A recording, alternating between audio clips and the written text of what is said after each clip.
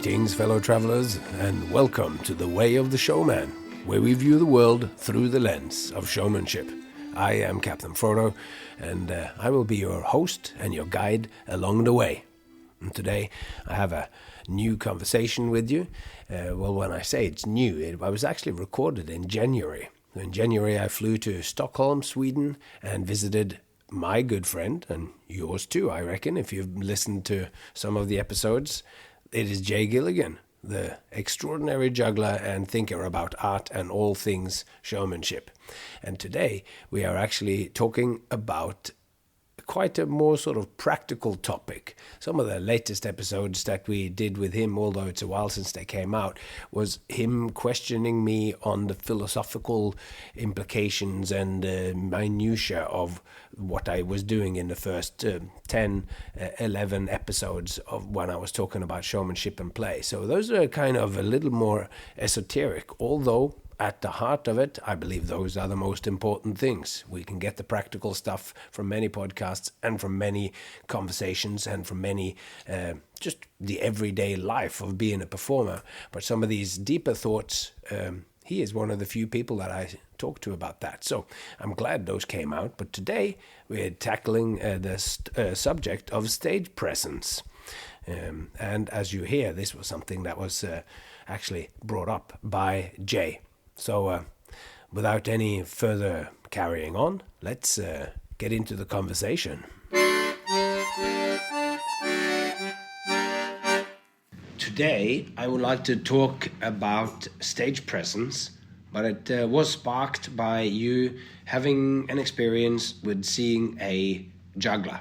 So should we talk about, it doesn't have to be about any specific person, but just about what it is like when you watch somebody and you all of a sudden find yourself not engaged with it and you're wondering what it is that's not working. What was the experience that sort of triggered this, us talking about this?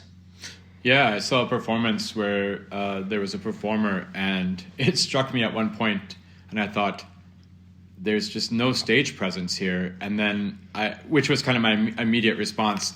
But then, of course, right after that, then my brain said, wait, what is stage presence? And I think it's one of those things where it's like, it's said those words stage presence, it's such a ubiquitous term that's kind of thrown around my entire life, like in our community, in our circles. Oh, they have a lot of stage presence, or you got to work on your stage presence. I heard that when I was a kid. You got to work on your stage presence, and so it seems like a term that we're familiar with. But, of course, I wanted to immediately call you and say, Frodo, what is stage presence? And not only what is it, but how do you get it? And how do you work on it? And how do you curate it? And if you don't have stage presence, how do you get some of that stuff? And so, yeah, I really wanted to hear what you thought about stage presence. I mean, it as soon as, like, I think it's connected to something that you could call charisma as well. Certain people step in front of an audience and you just are drawn towards them. And what is that? Absolutely. There is it's very hard to define, but you know it as soon as you see it. I mean, we can give a couple of examples, but one common one we have would be Space Cowboy. Yeah. It's just riveting. Like Space Cowboy comes on stage, but that stage could also be a street corner. And you're just kind of, it's like magnetism. You're just drawn to look at this person. They hold your attention somehow. Yeah. Right? Yeah, that's right. I performed for many years together with the Space Cowboy, Shane Hultgren, Australian performer, and we were doing street shows first, and there's just something riveting and magnetic about this guy. Yeah. He steps out in front and people just quite literally sort of fall in love or whatever. He's charming and beautiful and interesting, and then he's always got amazing skills, more than what you thought. Right, and then we're going to dive into this later, I hope, or I don't know what you're going to say about stage presence, but Space Cowboy is a good example, and then you can even start to say, is stage presence something that you are just born with? Yeah. Is it intrinsic in some way, or can you actually work on it and develop it and achieve it if you don't automatically have it? And different people have different kinds of stage presence.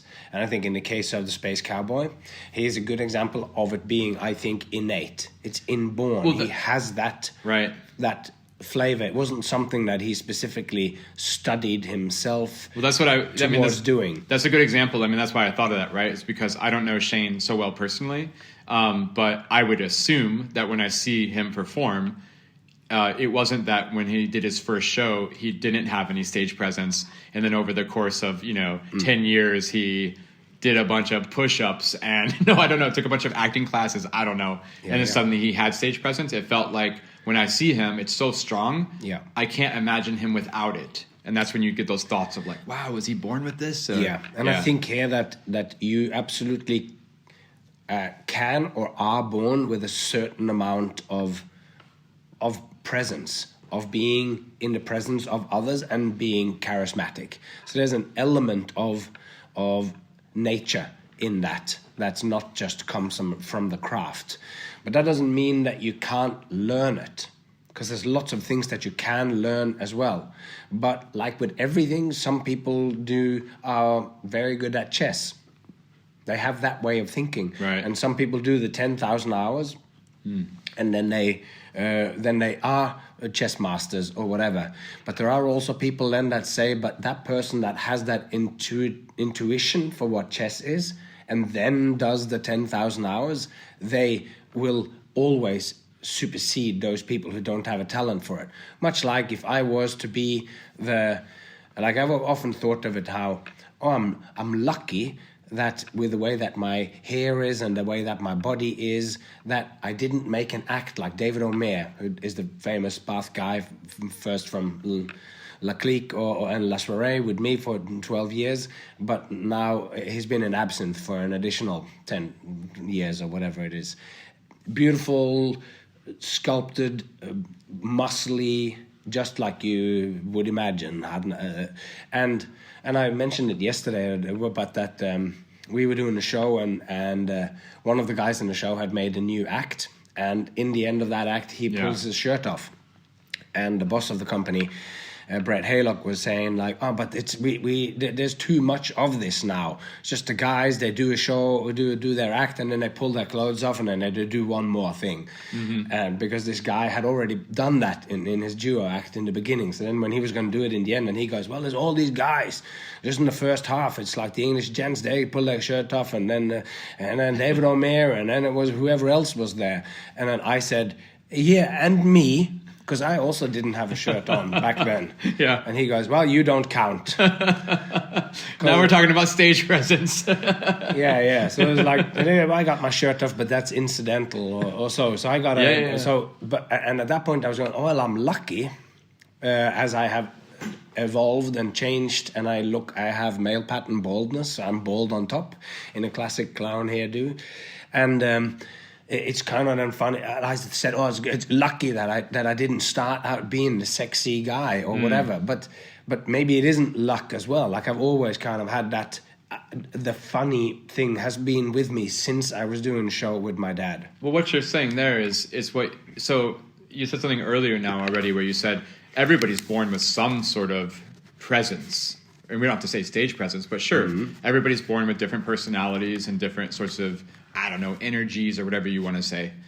And maybe it's just that those people don't have to be like Space Cowboy in the stage presence of that overtly magnetic, riveting way. You can have different forms of stage presence, I guess. And the same thing with you, like, yeah, the English gents take off their clothes and they're these muscly guys, these hunky kind of sexy guys. You have your shirt off in a different way. And it doesn't always have to be this one superlative kind of stereotypical, quintessential way. There's also different shades of nuances, right? And so maybe those people with what we say is stage presence, it's those people who have resolved what they were born with in terms of their personal identity or style or I don't know, right? Or presence. I believe so too. And then they resolve that with the type of performing, for example, that they get into. And so if you're not the loud, gregarious kind of person, maybe you don't become the carnival barker. Instead, you become the quiet, introspective, like little close-up magician or origami artist or hand shadow puppet or sand painter or do you know what I mean? So, I know, so maybe this whole thing of stage presence too is somehow how we recognize and resolve what we have to work with what we end up actually doing. And maybe then sometimes when I see someone who I say, oh, they don't have any stage presence, or I feel like this isn't connecting for some reason, and maybe it's because that as a performer they don't have that magnetism. Maybe it's just because they're in the wrong context for what they have. Yeah, that's true. And what I was sort of hinting at before is that it's lucky that I wasn't going for the sexy guy. Right. Because I am not that. Exactly. When I come out onto the stage, when I try to be the sexy guy, people invariably laugh. Yeah. Maybe it's that I can't, whatever reason that is, if it goes towards something that's kind of funny, but I can do the combination of funny and profound. That's my wheelhouse. But being sexy, that would take a lot of work or whatever, and I would work against my natural ability or my natural gifts or so. And this just made me think of the book by Anton LaVey called The Satanic Witch. It's a book on how to become a witch and how to use your magic. And one of the early chapters, and he says in that book, because he worked at a carnival playing music at strip shows and stuff at the carnival for a while before founding the Church of Satan. But anyway, this is a book about women and how to help them get what they want, because that's kind of the magic that he is after, how any person can get what they want. And the Satanic Witch is about how to get what you want as a female. And he makes these sort of categories or whatever. So we know what the witch is, and I can't remember what they are because there's several, but the two that I kind of remember is like the weird cat lady, the old crone, that weird kind of woman that has crazy powers and whatever. That's one thing. But then you also have the seductress, the really beautiful woman, and that has that classic beauty or has that charisma in that particular way. Because the old crone or the real oddball can also have a certain kind of charisma where you, like you say, they could do the shadow or whatever. And he says you need to work out by looking at yourself, by thinking about it. You need to shape yourself based on how you actually appear. So are these kind of maybe archetypes or something, or characters, like ubiquitous characters we have out in the world? And then you kind of place your... I get what you're saying, right? So it's like, I'm kind of more of a funny guy or a quirky guy, or I'm more... Like, Nick DeFat's a perfect example, right? Like, he knows what he looks like, and he leans into that image. He's not trying to be the... something he's not. Exactly. And the point of LaVey is you want to get maximum... utbytte in English. You want to get maximum bang for your buck when you're doing it. Right. If you are a dorky looking... He's talking specifically about girls because there's a book on how to achieve what you want as a girl, or whatever. But it's like let's look at like it's a dorky, nerdy looking guy. If he wants to be the David O'Meara, he's got to do the first 10,000 hours on sculpting his body and alter his mind and his mindset and read the pickup artist or the social engineering books, this kind of bullshit that's going on, like to mimic this other person. Then once you have mastered being something or someone else, then you need to get onto the thing which we are supposed to delve into now. So some of the charisma, and I have talked about this on this podcast in season 2 when I talk about what authenticity is. And I think authenticity in performance or whatever comes from, and it's just a reformulation of what you just said before, it's when there seems to be a complete resonance between the inner person I see. and the outer expression of it. Right. So when I say these philosophical things that I say, I believe in them so much that my body aligns, my character aligns, and I speak that because it's a truth and it feels like an easy truth to tell for me. And we had this when we were doing Reflex. Sometimes we would both laugh at something, and then you would laugh and we write it into the script because we liked it. And then when we stood in the room and you were going to say it, it wasn't your truth and you couldn't make that funny because it was kind of like, that was my way of being funny. Yeah. Or whatever. And some of the jokes that we came up with, or that I riffed and you went, some of them worked really well because I managed to capture you. Yeah. And somehow also that altered after we had spent a week together here, practicing every day and actually hearing you talk and going, okay, now we can shape the jokes more towards that. That's funny you point that out. And in this context, I think it's worth saying again, just to remind myself even, that when we first started working together on Reflex, the first few sessions, we're trying to figure out not only to make a show, we're trying to figure out how to make a show at the same time. It's the Derek Delgadio, I'm building the bicycle while I'm riding it, kind of quote. And I remember the first few sessions we had, we're feeling each other out. We don't know each other. So there's like that layer of like, who's this person and how do we communicate? I think it's the thing, like, what's our shared language? And then what are we trying to create? But also what's the process by which we create something? And after, I don't know, a few weeks, I kind of got the hang of taking what you said to me and then interpreting it into my own world. And that took a lot of practice. But then there was that moment of like, oh, I get it. When Frodo says this thing, that's what he would do. But what he really means, or you mean what you mean, but there's a conceptual, what the details of what he's saying fills this certain role. How would I fill that role in my own way, right? That's exactly and right. It became almost not unconscious, but I got much more, it was a natural. After a while when we were working together, I'm like, I could just translate Frodo language into Jay language. But it was also what we were talking about. It's like, even when Reflex was morphing and changing during the first season and during onto the second run of the show and into the different, where we work so hard and we cry about every word in the script. Yeah. And in terms of the whole story, like, well, we need this to be there because it's referenced there and there and there and there. Yeah. But then after a while, when the show is actually out there and has been performed in front of real people, you start to get this feeling like the words don't matter. That routine doesn't really matter. Right. I can put something else there, but there is something in that routine which is needed there or whatever. Well, that goes back to the thing when you're making a new show that everything is equally important because you don't know what the show is yet, and so every word is equally weighted. Yeah. And then when you put it in front of an audience, you go, oh, actually, those words there are kind of inconsequential. We can either we can cut it or rush through it, or it doesn't even matter what I say. It just has to fill a rhythmic void. Yeah. But then this part's super intently purposeful, and I need to tweak that language there, like very specifically. And you start to learn that the show has ebbs and flows, and you're not. Every single moment isn't the most life or death critical, that the whole thing is hanging on every single moment or whatever. But you were saying that, so it's kind of fun already, because like eventually in the conversation, it would be nice to get to the point where we say, okay, these are some potential qualities of stage presence. And not only these qualities exist, but if you, quote unquote, don't have stage presence, how do you get it? And you kind of already gave a suggestion, right? You said from this book about being a witch, you can look around in the world and see what kind of archetypes there are.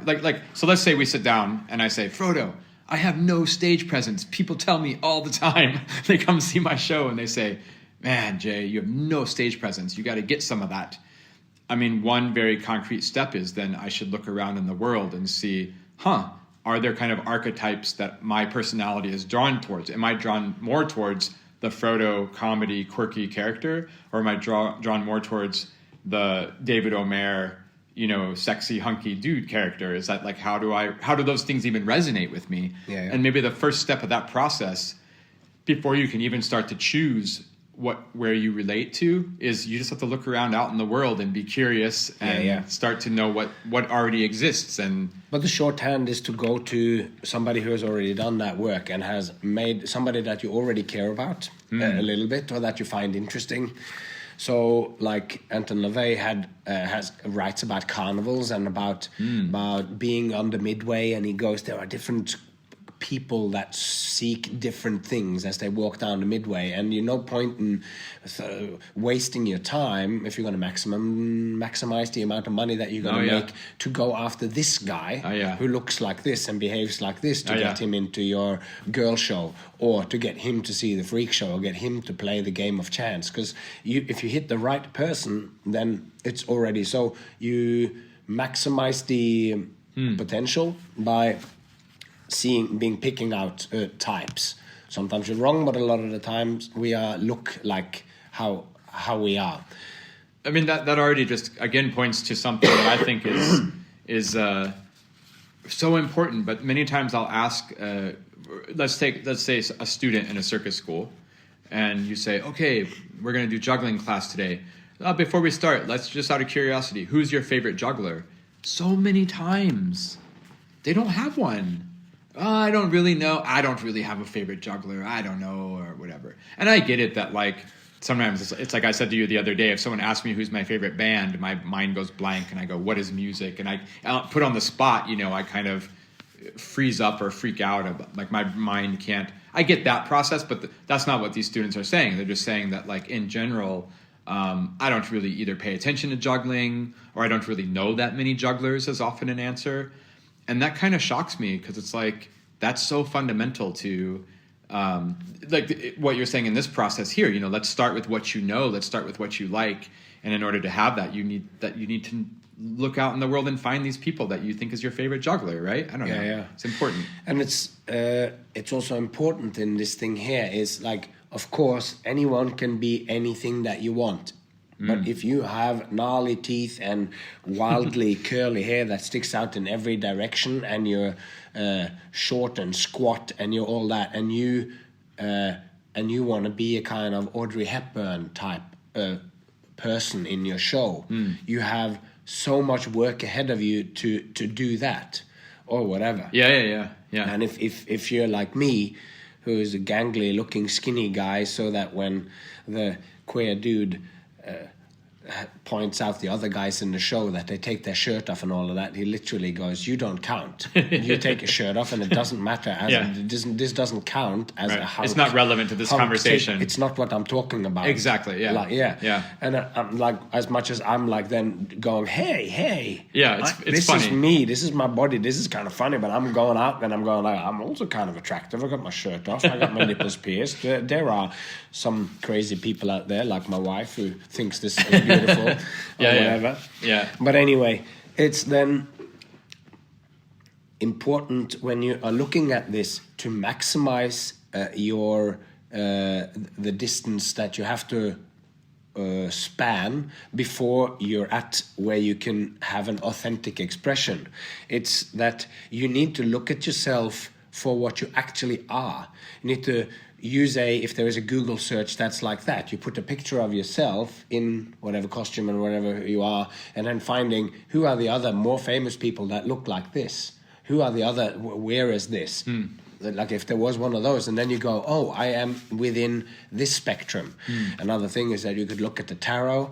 Am I the fool? Am I the magician? Am I the hermit? Am I the emperor? Am I the goddess? Am I, like, the world? Am I the lover? Like what are those like that archetypes? Which one is it that I align with most? And you need to somehow be honest, because what we're looking for now is not, well, I wish I was the guy, so that when I take my shirt off, the room goes, like, they actually go, like, which when the English gent Soromere comes out, it's that. It's literally is like a sort of, it's a wet dream, whether you're a boy, whatever, whichever direction you go, you are, and same with Shane as well, the space cowboy. It's just good looking. And in that. But if you aren't that, then you're also like me with my hair and my lack of or whatever, or like I am something else, and if I can take that and go run with that, I will run further, because when David O'Meara comes out there to get them cracking up and laughing and does self-deprecating jokes, it's a totally different thing. And I have a head start on him in that. So that's true. Part of the having an authentic expression is to know first, or like what's your external, and then who are you inside? Because one of it is, it's like, let's talk like, so what is stage presence? Well, wait, I have a question before you. Can I do that before you do this? Is it okay? Of course. So now we're kind of getting into, I don't know, I keep saying the word archetype, but anyway, certain sorts of characterizations: the sexy, the funny, the bizarre, the normal, the nerd, whatever, right? Can we take a step back from that? It's just a question. I have no idea. Can you take a step back from that? Is there any common ground that is shared between all those types of variations that of like a stage presence? Is that a well, do you know what I mean? Is there like sort of a general, more basic, fundamental? And I think there is, and I think that the dimension that we are dealing with here is a human dimension. Okay. What are the things that go beneath the lover or the sexy and the mysterious and the scary and the clown? What is that? And that is that all of these have a soul, so to speak, because that's how you could express it, as they have a human capacity. They have different faculties that they care about and that are essentially human, and it's elements of thinking, elements of ideas, of thoughts, and how things are put together. There's always also an emotional component to anything that you do. And then there is the actions that you do, the will, like how you manifest yourself through actually what you do in the juggling and whatever. And these three things is the same whether you are a sexy guy or you are a clown, or you are just using those three things. There's still ideas in what the clown does, and there's an idea in what the sexy guy does in the bathtub when he does the aerial act or whatever. And there's the skills that they have and how those skills can be done. But the clown can struggle very hard to make the skill happen, whilst the other guy has other ways of like, it needs to be somewhat effortless if you're big and muscly and whatever. So it's like they guide you, and then what kind of emotions are needed and what. So those dimensions, that's like a deeper kind of level that goes beneath all of those, and you can consider those things. It's like so the fourth dimension of the if you think of it, it's like the head and the heart and the hands, as in the ideas and the concepts and all that are expressed in here. And the heart is how you actually open your heart and you experience the heart of, and then the hands and what you do with, whether you juggle or you do magic or you do hand balancing, whatever. Okay. Then the fourth dimension of that is the senses. Is that you look and you see, and that's the costume, and that's that thing that we talked about first. Because the visual component, for instance, and how you speak, the sound of your voice and all that, which my voice at the moment, I mean, I'm in the midst of a cold here, so you can hear it. Like I have a squeaky voice and all that. So anyway, but I thought I just had to say that because I'm coughing and trying to clear my voice, and I can hardly speak and whatever. So, but those, like the sense things, is kind of what we talked about first. So that's when you walk out onto the stage, they will immediately start to go, is this Jerry Seinfeld, the common guy that speaks about things that we all think about and part of our everyday life? Or is it Bill Hicks that comes out and is like, as soon as he, like, this is a defiant kind of FU kind of attitude from the beginning. What's the story here? And that's kind of the sense thing. And so that's almost like, that is one part of what it means to be human, but that was what we talked about first, and it has to do with, if you come out and you look like a really sexy guy, and then you go, hello, and my name is John, and I am, but he looks like a bodybuilder, and it's like you go out, then this guy is comedic, or whatever, it's incongruous, yeah. So maybe if you want to be the sexy guy, then you need to be quiet or whatever. Right. I mean, so I think intellectually, I definitely follow everything you just said there. It's very concrete in one way, but it's still pretty conceptual. And the thing that I love about your work is that you're very conceptual and very thoughtful and cerebral, but you're also, you you talk the talk, but you also walk the walk. Yeah. Like, you're not just saying these things. It's not like you just go out and you do a show and it's kind of the normal show that you always see that's maybe a little bit mediocre, and then you come away from the stage and you have all these lofty thoughts about what you're doing that are kind of not really connected into manifesting in real life, you know? I think you really say these things and you not only think about them, but you mean them, and you connect them to your actions of what you do on stage. And so I'm in this conversation for some reason now, I'm always just thinking about a person, like an abstract person who is kind of like, I don't have any stage presence. How do I get me some of that? And I think that person can sometimes, I know I'm also always thinking through maybe the eyes and ears of a circus school student for some reason, because that's normally in my life where these conversations have become more relevant, right? 25 years as a teacher. Yeah, so you're trying to communicate these things to somebody because you want them to learn and grow from this, you know, from these thoughts, these ideas. And so I think it can be really intimidating. Like, I think you can intellectually hear someone say, yeah, it's the you know, the head and the heart and the hands and all these things you say. That's really great. But that can also be very intimidating, I think, to be like, okay, I get what you're saying, but still, when I go do my show tomorrow, I need some stage presence. Yeah. So, can you give any sort of maybe examples, or I don't know. Now I put you on the spot, but like, no. Do you have any like little, just a concrete touchstone example of like a practical thing? I mean, you already said it. Like, somebody's a sexy hunk and they come out with a high squeaky voice. It's incongruous image, so you're going to have a certain effect by that. And you were already saying, for example, it's just how you look. So, like, actually, you know, I remember I had a student in school where an amazing person, like an amazing juggler, the act was great, and 3 years of school, it's your graduation act, so it's kind of a quote unquote big deal, and then they're wearing, you know, black pants and a whatever sort of costume shirt, but then their old tennis shoes. And I'm just like, get some nice shoes. And for them, the shoes was so not important. And for me, it was just that little touch of detail of like, respect your life and respect your 3 years of your journey of 3 years. Like, it's so even these little details can be like having some shoes that kind of go with the whole look can be what we're talking about here. It's not like some nebulous, unknowable, conceptual, like head, heart, hands, and all these philosophical things. We're talking about like, buy some shoes that fit your look, right? Is that, I mean, it can manifest in these little ways, right? It doesn't need to be a revolution of your craft or art or life. I mean, no. And the reason why I got into the head and the heart and the hands and all that is to go, what's before you manifest as a specific person?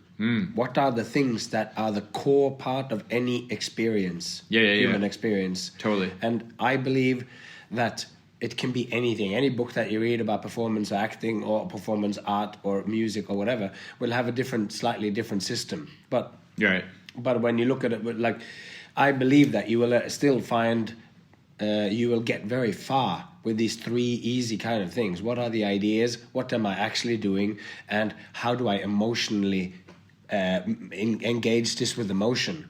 Because if it's just a story of like, there is a man that walks into the movie and there is a woman there, and then they find each other and then they make out, and then that's the end of the movie or whatever. Like, it's totally flat and there's nothing there. But if it comes in and one of them is conflicted with what they actually want, because this person is straight, like that it's hard. They have to overcome something, or then there is more depth there. So there's more emotion, and you need to get emotionally invested in it. And we know that when I think of a street show where you go, by the end the guy's gonna juggle the fire on the unicycle, you think, I've seen that one. Yeah, exactly. So everyone got like, and then you see that, and most of the time when I see it, I go, oh, okay, that was. Like, it just fails to grab me, and it's boring. Yet that person might be making a decent living from that. Yeah. And they do that over and over, and all over the world maybe. Or some people live in one town and they do it, and they just haven't got aspirations towards greatness in performance. But then every now and then a performer comes out, and here again, Space Cowboy is an amazing example of that. who in his street show, when I met him, and maybe still also doesn't do so many street shows anymore, maybe, but he juggles on a fire on a unicycle in the end. Yeah. But when you see what he does and how he gets flipping 1,000 people to stop, builds them out and stand, and then he does it, and he does it blindfolded and all that, the way that he does that, then I get the feeling that maybe the general audience might have to that person that I feel there's nothing special about that act. Yeah. But I get this is the archetype. This guy is taking the cliche and making it into like, oh my God. He managed to juggle those things on top of the bike, even though it was... So there is a power in those things. Now I lost... Is that process to get to that point, is that process intuitive?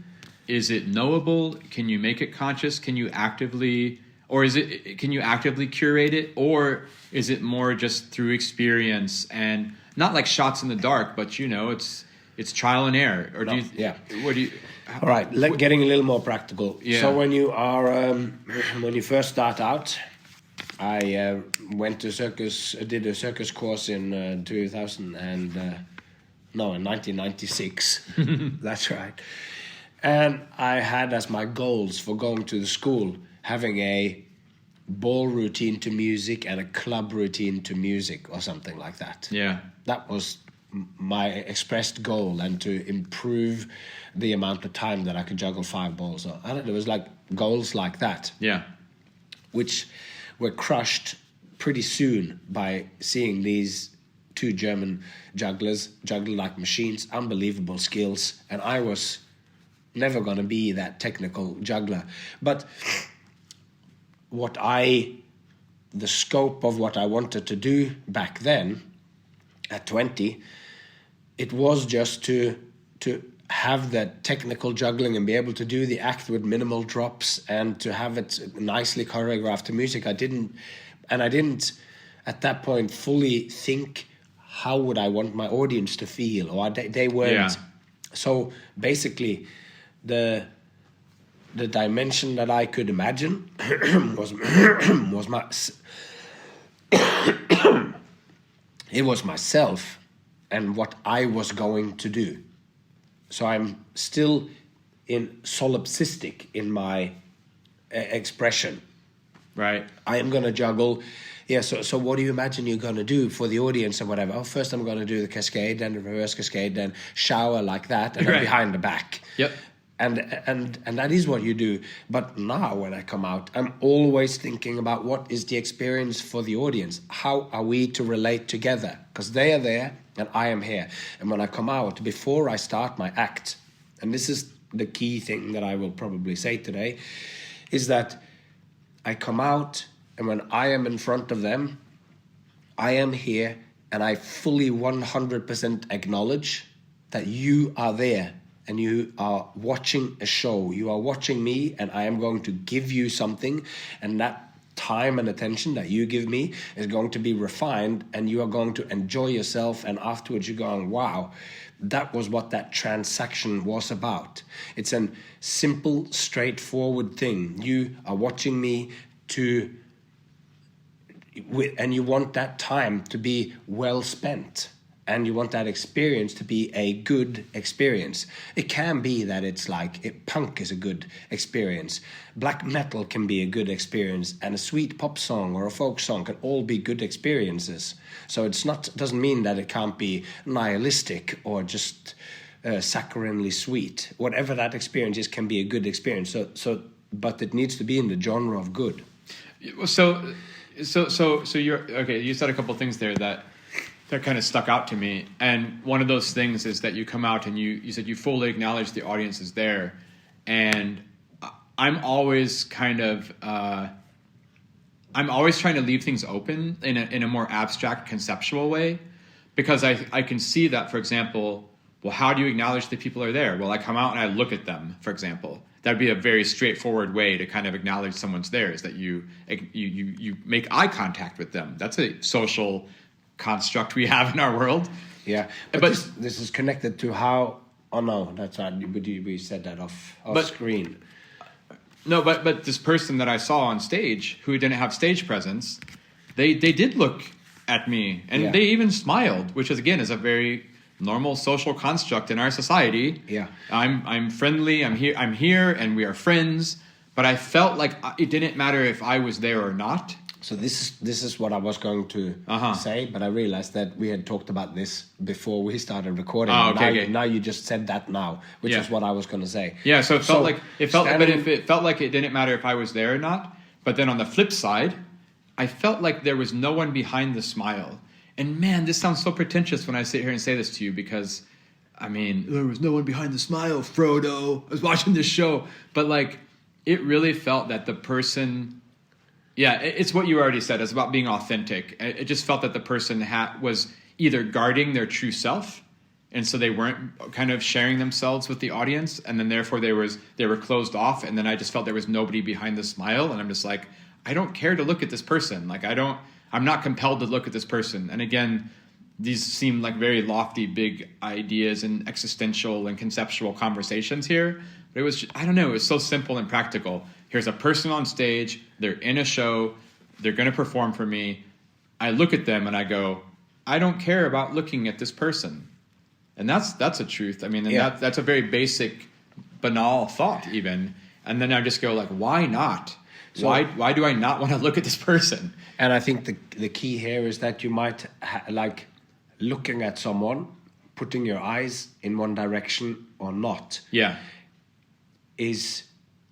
That's a kind of, can we call that the gaze or whatever? Like it's that, yes, I am looking towards you now, but to look the way that you look at your mother and the way that you look at a lover. Yeah.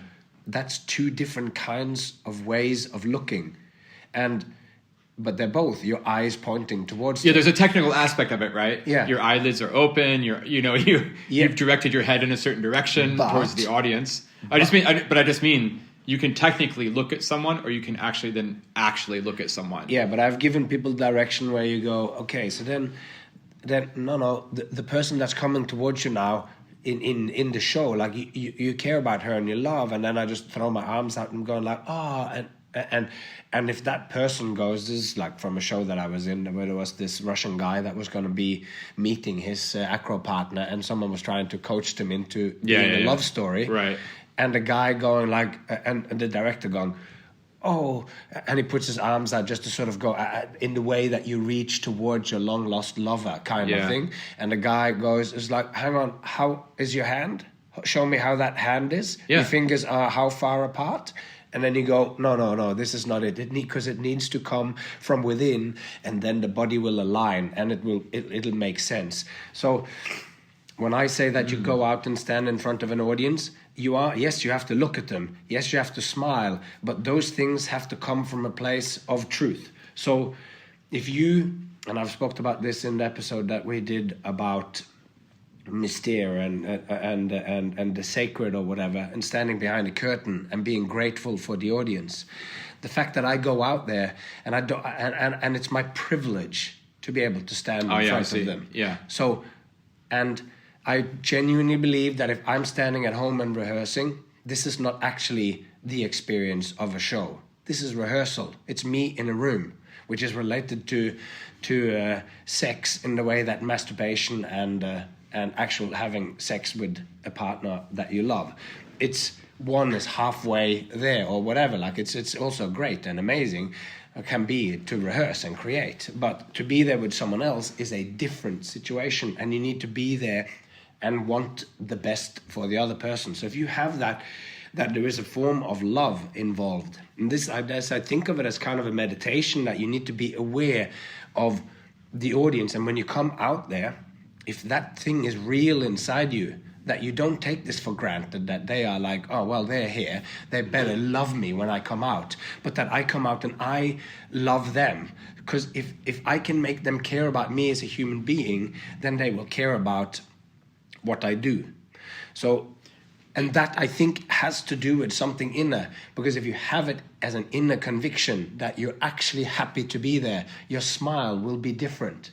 Yeah. And all of those things. So to me, that's the shortest route to it, to be aware that you are, to make sure that you're happy to be there. And we just talked to another juggler, Jack Denger, and he who has a podcast. What was that called? The best. Anyway, I can't remember. I'm going to tell you about it later.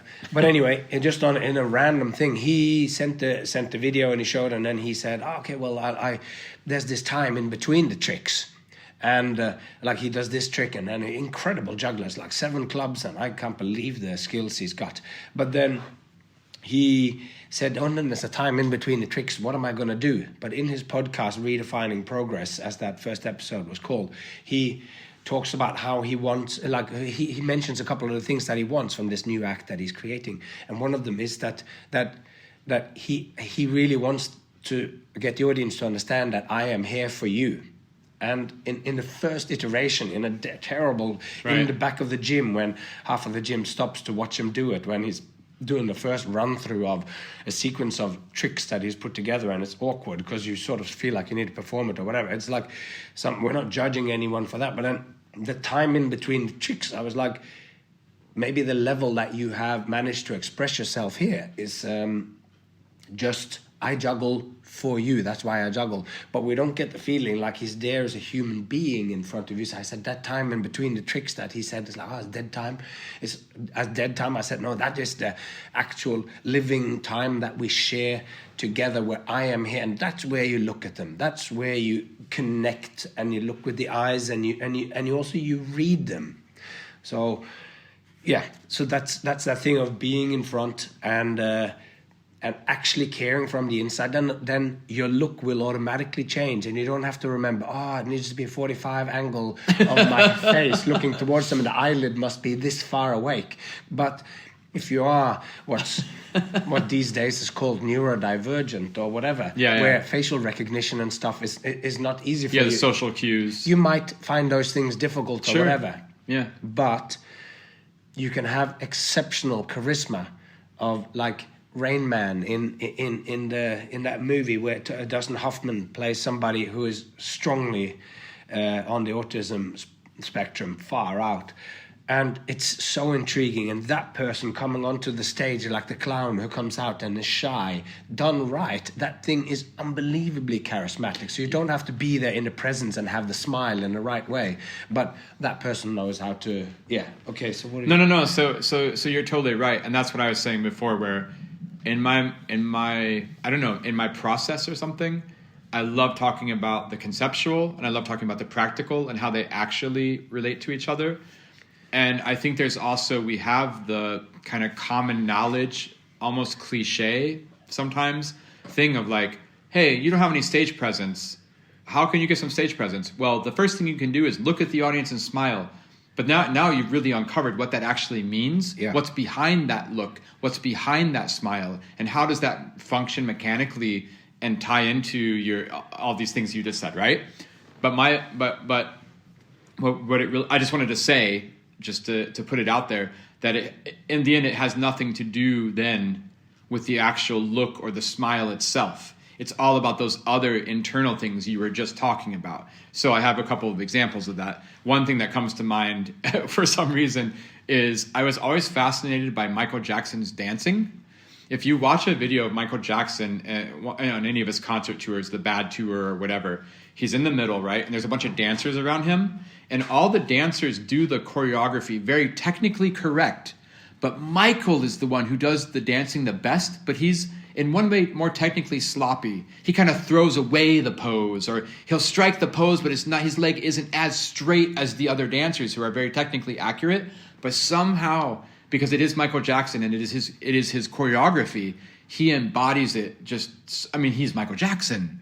That's why he's Michael Jackson. So it feels authentic, not practiced. Yeah, and it was always like a kind of a disconnect for me intellectually. Because I would watch Michael and I go, okay, he's doing the dance and the dancers are doing the dance. And they're doing the same choreography, but for some reason you just watch him. And then I go, oh, maybe he's doing the dance better than the other ones. And by better, what's the first measurement of that? Oh, technique. Oh, so maybe he spins, or more fast, or his arm is straight when he hits the pose. But it's not that. his arm isn't this straight. His arm is bent. And the other dancers are like, I'm doing this perfectly because I'm a professional dancer. And Michael Jackson's like embodying the choreography, and he's throwing the arm out and just flinging it. And it's not, perfectly straight, but it captures the spirit somehow. Yeah. And I think that's really compelling. And what you said also about this idea of like, I love that idea of the hand-to-hand couple, and then the director says, yeah, and reach out as if it's your lover, and the acrobat says, oh, but at what angle should my arm be, and how straight should my fingers be? I just had that situation recently in a show I was in where I was asked by a director to kind of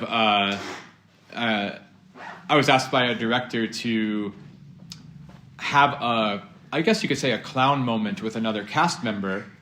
And the conceit was, or like the idea of the scene was that this other person on stage was going to help me out, and we were going to do a little juggling moment together, but that person was late to the scene. Like they were late to the stage because they forgot, or their character is, habitually late or lazy or something like this, right? And the director was on stage in rehearsal and kept saying, so Jay, then you take your juggling club and you smack them in the face because they're not behaving correctly. And I was just like, what? Like I was appalled. I'm like, what? Yeah, just hit him in the face with the club, like really hard. And I mean, they're talking about in a theatrical clowning way, right?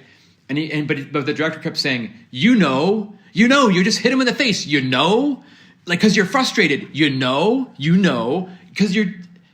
And I just kept, and this was actually the day we had been having some conversations, me and you told me, no, but Jay, stand up for yourself and really tell them who you are and what you are good at doing. And that really helped me because I'm just in my mind, I'm like, first of all, I would never hit somebody in the face with a club. That's not how I relate to my objects. And that's never how I would behave on stage, even my character or whatever. Or how you relate to human beings. Even in a fantasy, right? Like yeah, I would just never. That's not in me. And so when the director kept saying, you just hit him in the face, and I literally, then I was like, I remembered your advice to me. You said, Jay, just stand up for yourself and just tell them who you are. And so I just kept saying, no, I don't know. And I did the thing. How should I hold my arm when I reach out to my lover? I did it in that moment. I said, I gave the director the club. I said, you hit them in the face and I will copy your action because I don't know what you're talking about because that's not who I am. And what you had said before earlier in our conversation, how you said you need to believe that you want to be there on stage. You want to believe that smile is only a manifestation of what you believe inside you. That's a great way to express it, yeah. Right? It's a manifestation of what the truth in that moment, and that's what the authenticity is. So you don't need to, it's not about looking at stage presence is not about looking at the audience. It's not about smiling at the audience because it's about that connecting to the audience. That connection can come through anything. It can be a voiceover played through the soundtrack. It can be through a piece of costuming. It can be through a gesture with your hand. It can be through a juggling trick or a magic trick or a one-arm handstand. The technique is just a manifestation of that inner kind of desire and impulse, right? And I think that's what was really missing was from the show I had seen was this person on stage. I just don't think had a resolution inside themselves of like, wait, why am I here exactly? And like, what am I actually trying to do? And I think those questions again can, for me, can be very intimidating. Hey, Frodo, why are you here on stage? It's like, whoa, it's like, what's the meaning of life? Like, what are you, who are you? If someone, that was Franco Dragon. That was his favorite thing in rehearsal. Everybody sits in a circle. You go into the middle of the circle and he would say, who are you? And that's a very instigating provocation of like, oh, I don't know. I thought it was just me. And now suddenly you're asking me to, confront this big question. I don't think it has to be that big. I think they can be small answers. I think they can be very small steps. Who are you? Oh, I'm the juggler. And that's what I was doing on that on stage that day a few weeks ago with the director and the clown. I mean, he's literally saying, hit them in the face with the club. And inside of me, I'm going, but I'm the juggler. I love my objects. These are not weapons. And also, I don't disrespect the people next to me. And I don't want to have a higher. That was. I mean, now I just realized it right now saying this out loud. I don't want to have status over someone. That's not my general place in the world. and it's definitely not my place on stage. So to smack someone in the face with a club, I'll smack you in the face. Like me and Zeppel, my drummer, I smack him in the face with a club. But we're equal. You've seen the show with me and Zeppel. We're just making chaos, and it's crazy, but we're brothers, right? Like, we're on the same level. It's not a status thing where I whack Zeppel because I want him to shape up and I want to control him. Like, we're in the play together, and then it's the okay. white-faced clown and the August clown, or like the dumb clown and the smart clown, and whatever, like that. So yeah, it wasn't even about, now that I think about it now, it wasn't even about smacking the guy in the face with a club or not. It was about that status power play that the director was asking me to act out. And he kept saying the way to do it was like, like, as meaning, you know what I'm talking about. You can relate to my desire for you to have status over this person. And then that's the thing, fundamentally, I couldn't relate to that. And it was also thanks to your advice that I could stand my ground and not pretend that I knew what he was talking about and play into that, because I would suck at it. Anyway. But I think that all good stuff, really good. The problem with talking about stage presence at all is that when we talk about it now, it's a little bit, the only things I can say is try to, if I say throw your hands out towards somebody like it's your child that you thought had drowned, and if they go, hang on, show me again how your hand is, then we can't talk about it. And that's what that innate sort of thing is. And why, when you are out there on stage, and that's the naffest thing to say, you somehow have to be yourself. But being yourself is the most difficult questions. Know thyself. Right. Dragoni goes, who are you? Yeah. And that it's just so unbelievably hard, because there's so many dimensions to that thing. To go, you're standing in front of them as the juggler. And sometimes when I was young, it was just that. All I had to do, and they go, who are you? Well, if I really had to answer that back then, maybe it would be like, I am the guy that comes out and I put on this suit and then I'm going to do that. Who are you? No, but I'm going to do the cascade first and then the reverse cascade. And they go, no, but who are you? Yeah, right. No, but then in the end, I throw it behind the back. Right. Like, I hadn't thought further than that. Yeah. And now it's all about being a full human being in the way that I speak, in the way that I do, and whatever, and the way my relationship to them. I've thought a lot about who I am and who are you. Like, if it really comes down to it, I am the guy that comes out here and stands in front of you guys, and I've spent my entire life making sure that the time that you give me now, at the end of that, you will have had an experience, a shared experience. I am the conductor, and you guys are the orchestra, and I will orchestrate this in, because each one of you have your own voice, but I'm going to make it into so that afterwards you go, it was worth it. My life is better because I gave this guy my full attention than if I had given it to something or someone else. To kind of extrapolate from that, or like propose a process, maybe. Who are you, right? And you just said, I thought a lot about who I was. I thought about me, and I get what you mean. I think I have because we are both old men, but white or middle-aged men. Yeah. But we've had the years and decades of reflection of who are we as people, and we've had the trials and tribulations of adulthood to also shape and also reflect on who we are, right? But so I just mean we've had more of a chance than some people to know who we are than if you're 16 years old, right? Yeah. You haven't had that many years to figure out who you are yet, but to propose a little bit of a process there, because then I think you could extrapolate this and say, I get it, Frodo. I see what you're saying. So to have stage presence, I should look at the audience and smile, for example. But when I do it, I should figure out who I am, and in what way do I look? Like, how do I look at the audience, and how does my smile go? Is it a quick smile? Is it a little smirk? Is it a little like half, I don't know, right? Like you could kind of, that's kind of what was running through my head now, and that like interpreting what you're saying into a practical kind of experience would be, okay, I've determined I want to look at the audience here for whatever reason, and I want to smile at them for whatever reason, but then the way I do that depends on who I am. And then, of course, again, you can give, it's like everything you've already said. David O'Meara gives the sexy smile, you give the funny look, or whatever, right? And I remember when I was 18 years old, I had a little juggling troupe in America. There was 3 of us. And now I remember, I hadn't thought of this since I was 18, man. We had a ball juggling act. I mean, we had a 2-hour-long show, and we were crafting the show very meticulously. And I remember it was kind of starting to drive me crazy. I don't know if it drove all of us crazy. I'll just speak for myself. Because the process we were having was getting pretty exhausting. Because what we would do is in the ball juggling act, let's say there was a moment in the piece where I had to give you a juggling ball. We literally spent like 3 days on how to give you a ball. And that sounds like, what? That sounds so pretentious, or it also sounds unbelievable, or it also sounds impossible. How could it take us 3 days to figure out how to give you a ball? Because how many variations could there be?